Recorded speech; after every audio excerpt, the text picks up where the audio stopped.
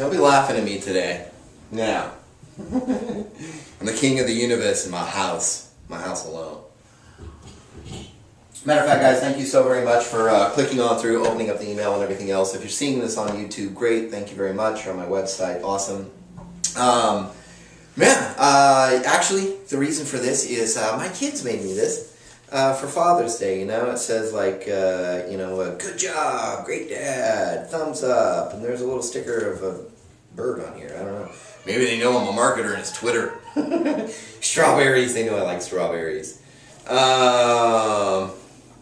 Way to go with a little surfer on it. You know, they were in Sunday school and they made this for me, and I just want to tell my kids real quick, thank you guys so much. I love you guys. Anyways, you guys aren't here for that. You're actually here. Recently, one of the questions that really rang out and stood out over the, rang in my ears and stood out over the weekend came from quite a few people. They actually had pretty much the same question. Jeremy seemed to have really hit it home when he said, hey, Dave, how do I build a successful blog? A successful business blog?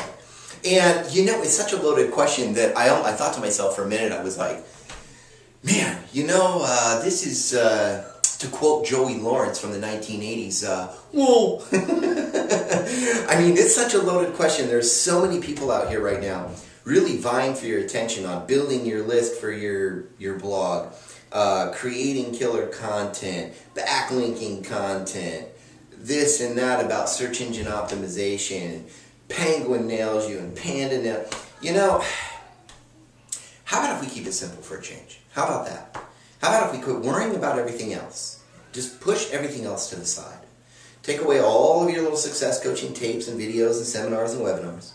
Put aside all of the crazy softwares and everything else that everybody claims you need. And let's just get to the fact of creating a successful business blog. You know, I think that there's just a few major factors for creating a good business blog. And actually, I'm going to put this video on my ebloggerpro.com site and create a piece of content around this. Being an authority, I think, really stands out. You've got to be an authority. And the thing is that I wasn't an authority in internet marketing per se, or search engine optimization, search engine marketing at first. It's something that I kind of grew into eventually. My personality did stand out a little bit. So I got out there and I started marketing it, started showing people how to do things. The next thing you know, people actually wanted to pay me to learn more. And so that was fine and dandy, and that was awesome. But the thing is that I was an authority in other subjects that I started off with in the beginning. The thing is, you are an authority. You're already an authority on something. I don't care if it's a hobby. I don't care if it's, like fishing or kite flying or rock climbing or... I don't care. The thing is, you might even be into political science. You might be into this or into that. The thing is, all these little tiny subjects on here always have products or opportunities and things that you can sit there and build and promote online with your own business blog. It's just a fact. But when it comes down to it, a business blog shouldn't be all about the business. It should be about creating information. See, that's the thing people don't understand, is that yes, you need to be an authority. And that's an awesome thing and an easy thing to do, because you're already an authority of something. But the other thing is that we really, really need to understand the difference between SEO and SEM. See, where SEO is optimizing content for the search engines, that is actually detrimental. That is actually horrible for your websites. That is horrible for your blog. Google, Bing, Yahoo, and Ask Jeeves, if I ever asked him anything, seriously, these guys aren't buying my products. They're not buying into my opportunities. They're not using my services. What they're doing is they're looking to see if I am relevant and popular for the answer that's being asked of its search engine, period. That's all it's looking at me for. The only thing that it's going to get from me and wants from me is an answer to the question that's being asked from who? What? People. People. That's it. We need to understand that I think SEM is the most important factor here. Search engine marketing, not search engine optimization. Title tags, backlinking, keywords, all of this stuff is easy to understand. And it is part of what is really known as SEO. But the thing is that in reality, if you look at SEO, it's really just this, search engine marketing. because we're optimizing our content for people. We're taking the authority, things that we know, and we're optimizing that information for people first. Period. That's it. Nothing else. Nothing more. That's pretty simple, guys. So once we understand that search engine marketing is really, and SEO is really just optimizing content for people, giving people the most relevant answer to the question that's being asked, no matter what the product, the service, the opportunity, or the idea really is. We're just optimizing for people to give them the best answer we possibly can. That's why if you guys haven't, you fill out your information, whatever, on this page, whatever, click on links, whatever, get in there and start learning. I mean, it's absolutely free internet marketing training covering every single subject, guys, and it's ongoing and updated all the time. And here's the thing. Interaction. You gotta have interaction, guys. I mean, that's what we're really looking for, right? If Google and Bing and Yahoo aren't gonna buy our stuff, who is? People. That's why we're optimizing for them. To get better rankings in the search engines, we optimize for people.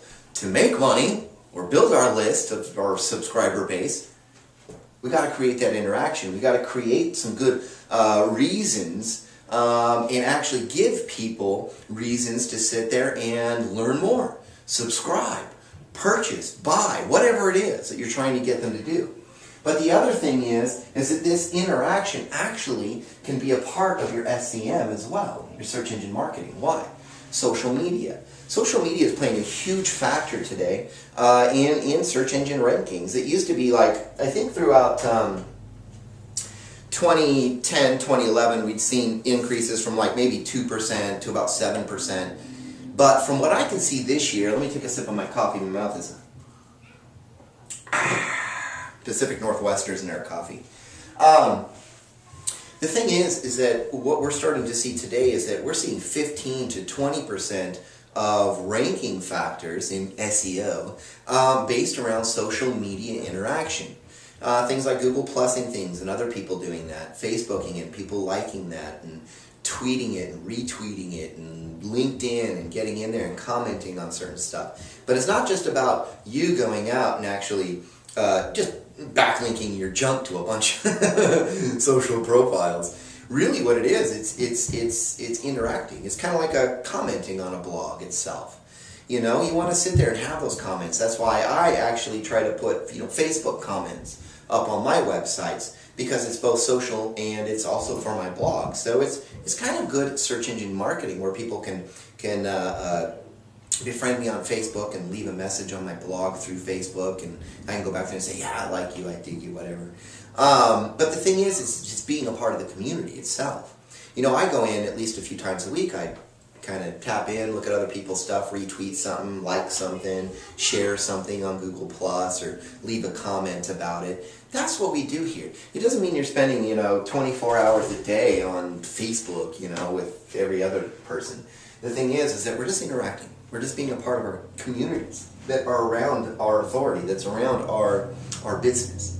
So creating a business blog, Jeremy, in you guys, in overall, it does come down to authority and what you know about that subject, because that's going to really help you have those creative juices starting to flow going. I'm going to write about this, this, this, and this.